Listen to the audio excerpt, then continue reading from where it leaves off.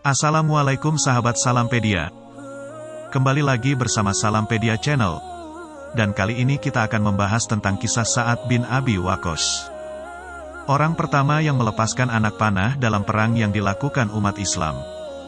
Lepaskanlah panahmu, wahai Sa'ad, kata Rasulullah saat perang Uhud. Ya Allah, tepatkanlah lemparan panahnya dan kabulkanlah doanya. Doa Rasulullah untuk Sa'ad. Sejak saat itu, anak panah Sa'ad selalu tepat sasaran mengenai musuh. Begitu pula dengan doa Sa'ad yang selalu dikabulkan Allah Subhanahu wa Ta'ala. Mari kita ikuti kisah hidup dari pahlawan perang Qadisiyah, pembebas Madain dan wilayah Persia. Sa'ad bin Malik Az-Zuhri, tapi lebih dikenal sebagai Sa'ad bin Abi Waqqas. Sa'ad masih memiliki hubungan kerabat dengan Rasulullah dari pihak ibu. Rasulullah sendiri sering memanggil Sa'ad dengan sebutan paman. Ini dia pamanku, adakah di antara kalian yang memiliki paman seperti dia? Ujar Rasulullah saat menyambut kedatangan Sa'ad. Sa'ad memeluk Islam ketika usianya baru 17 tahun. Saat jiwa mudanya sedang bergejolak, dia justru menemukan ketenangan dalam ajaran yang dibawa oleh Muhammad Sallallahu Alaihi Wasallam. Meski dia memiliki kekerabatan dengan Rasulullah, bukan berarti keislamannya tanpa rintangan. Ternyata, rintangan yang dihadapinya datang dari ibunya sendiri. Saat mengetahui Sa'ad berpindah keyakinan, maka sang ibu pun melakukan mogok makan dan minum. Dia tahu, Sa'ad adalah anak yang sangat bening hatinya. Dia tidak pernah berbuat jahat pada siapapun. Tidak pernah dendam, bahkan berniat untuk menyakiti orang lain pun tidak. Sa'ad tidak terpengaruh dengan ancaman ibunya. Dia tetap membujuk sang ibu agar mau makan dan minum. Nyatanya ibunya tetap tidak mau menerima bujukan Sa'ad, hingga tubuhnya menjadi lemas dan lemah. Sa'ad yang berhati lembut tentu merasa sedih. Tapi keimanan kepada Allah dan Rasul-Nya di atas segala-galanya. Wahai ibu, seandainya ibu memiliki 100 nyawa, lalu keluar satu persatu, aku tidak akan meninggalkan keyakinanku ini. Sekarang terserah ibu saja, mau makan atau tidak, ujar Sa'ad dengan santun. Sang ibu memikirkan kata-kata Sa'ad, dan akhirnya menyerah. Keteguhan iman dan kebeningan hati Sa'ad ini membuat doanya makbul. Pernah suatu hari Sa'ad melihat seorang laki-laki mencaci 3 sahabat Nabi yang mulia.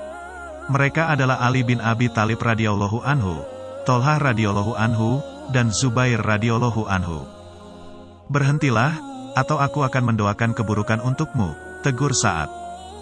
Sayang, laki-laki itu malah mencibir dan tidak menghiraukan Sa'ad. Apa kau mengancamku? Lagamu seperti seorang nabi saja. Tak berapa lama, terlihat seekor unta yang berlari kencang. Unta itu terus berlari dan seperti sedang mencari sesuatu.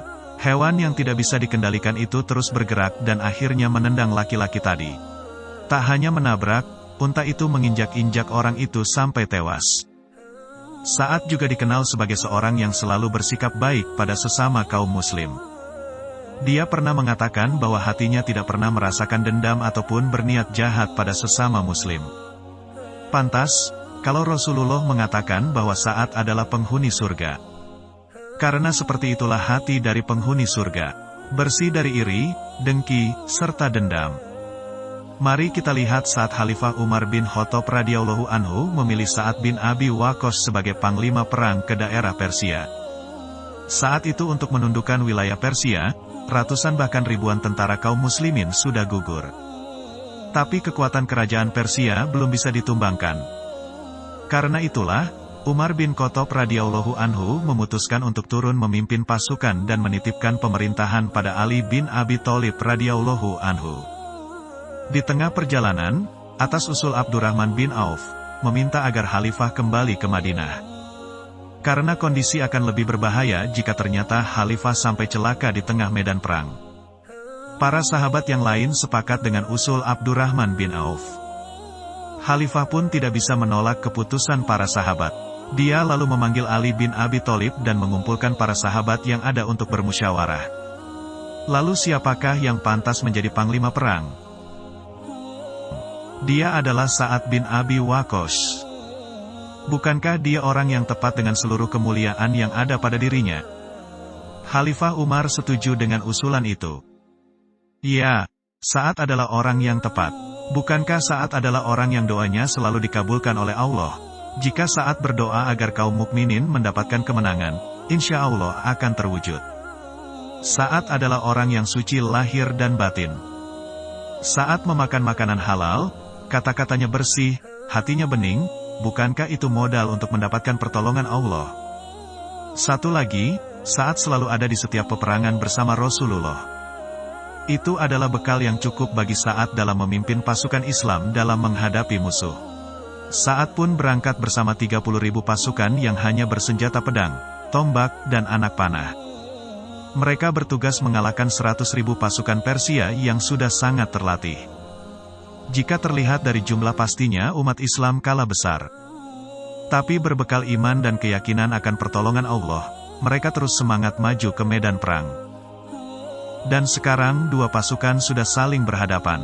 Sesuai arahan Khalifah Umar, Sa'ad mengirim beberapa orang untuk menyeru kepada Rustum, panglima tentara Persia agar beriman kepada Allah. Nyatanya, para utusan kembali dengan membawa penolakan dari Rustum. Artinya, pihak Persia lebih memilih berperang daripada beriman. Sa'ad pun menangis. Bukan karena rasa takut dan khawatir akan kekalahan, tapi karena saat itu dirinya sedang diuji dengan rasa sakit di seluruh tubuhnya. Dalam kondisi payah seperti itu, jangankan untuk menunggang kuda, untuk duduk saja Sa'ad sudah merasa tersiksa. Tapi bukan Sa'ad bin Abi Waqqas namanya jika menyerah pada sakit. Saat itu juga dia berdiri dan berpidato di hadapan pasukan Islam. Setelah menyampaikan pidato yang berhasil menaikkan semangat pasukan, Sa'ad melakukan salat zuhur berjamaah. Setelah selesai salat, Sa'ad kembali berdiri menghadapi pasukannya. Allahu Akbar, Allahu Akbar, Allahu Akbar. Mari kita segera menuju pada keberkahan yang dijanjikan Allah. Pertempuran di Qadisiyah hari itu terjadi dengan sengit. Pasukan Islam dengan semangat penuh menghadapi pasukan Persia yang matang dengan persiapan dan persenjataan. Sa'ad tidak menunjukkan rasa sakit yang dideritanya. Dia terus mengatur pergerakan pasukan dari tendanya. Dan atas izin Allah, pasukan umat Islam mendapat kemenangan. Pasukan Persia yang terpecah belah melarikan diri. Sebagian menuju kota Madain. Sa'ad pun mengarahkan pasukan ke Madain dan mempersiapkan pertempuran besar lainnya. Karena di Madain sisa-sisa pasukan Persia berkumpul dan jumlah mereka terus bertambah. Ada satu lagi ujian besar yang harus dihadapi Sa'ad dan pasukannya. Bukan rasa sakit tapi sungai Tigris yang seolah menjadi benteng bagi pasukan Persia di Madain. Apa yang dilakukan Sa'ad? Apakah Sa'ad memilih menunggu di luar Madain atau menyeberangi sungai Tigris yang berarus kencang? Sa'ad memilih untuk menyeberang. Maka, dia pun memerintahkan pasukannya untuk melakukan persiapan penyeberangan. Pertama, memilih daerah sungai yang airnya termasuk dangkal.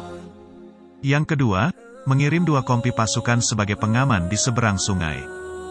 Hasbunallah wa ni'mal wakil, cukuplah Allah bagi kita dan dialah sebaik-baik penolong. Ucapkanlah itu saat menyeberang. Pesan Sa'ad menguatkan pasukannya.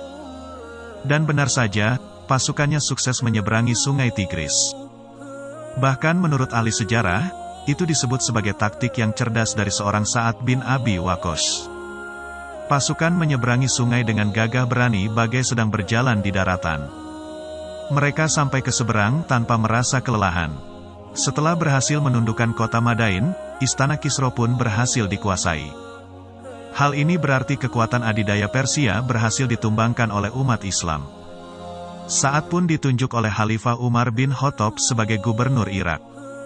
Sekali lagi, Sa'ad menunjukkan kecemerlangannya dengan berhasil membangun kota Kufah.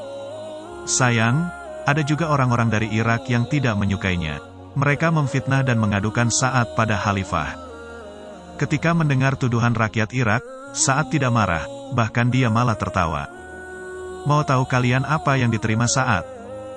Dia disebut tidak sholat dengan baik. Ketika menjelaskan di hadapan Khalifah, Sa'ad hanya berujar, demi Allah, sholat yang aku lakukan seperti sholatnya Rasulullah. Memanjangkan 2 rakaat pertama dan memendekkan 2 rakaat terakhir. Khalifah pun menerima semua itu sebagai ketidaksukaan dari segelintir rakyat Irak. Karena itulah, Khalifah kembali memberi mandat pada Sa'ad untuk memimpin Irak. Kali ini Sa'ad menolak perintah Khalifah. Bukan karena dia tidak taat, tapi karena dia tidak mau kembali pada kaum yang menuduhnya sholat dengan tidak baik. Sa'ad lebih memilih tinggal di Madinah, dan diizinkan oleh Khalifah. Sa'ad bin Abi Waqqas radhiyallahu anhu dikaruniakan usia yang panjang. Beberapa riwayat menyebutkan sampai 80 tahun. Sa'ad pun menyaksikan masa-masa perpecahan terjadi pada umat Islam. Sama seperti pendahulunya, Sa'ad memilih tidak berpihak karena tidak ingin menumpahkan darah sesama umat Islam. Sa'ad berpulang ke rahmatullah dengan kebaikan dan kemuliaannya. Menjelang detik-detik terakhirnya di dunia, Sa'ad meminta kepada anaknya untuk mengeluarkan sebuah kain lusuh. Kelak kain itulah yang ingin dipakainya sebagai kain kafan. Kain ini kupakai saat menghadapi orang-orang musyrik di Medan Badar. Kain ini sengaja kusimpan untuk hari ini. Jasad pahlawan Qadisiyah ini akhirnya dimakamkan di Baqi. Berdekatan dengan rekan-rekannya seperjuangan dulu yang sudah mendahuluinya menghadap Allah. Dan perlu diketahui bahwa Sa'ad bin Abi Waqqas adalah orang yang meninggal terakhir dari kalangan muhajirin. Sekian kisah singkat dari Sa'ad bin Abi Waqqas, semoga sedikit banyaknya dapat menambah wawasan kalian. Jika ini ilmu yang bermanfaat, jangan lupa subscribe, like dan share video kami, agar menjadi amal jariah kalian juga. Wassalamualaikum warahmatullahi wabarakatuh.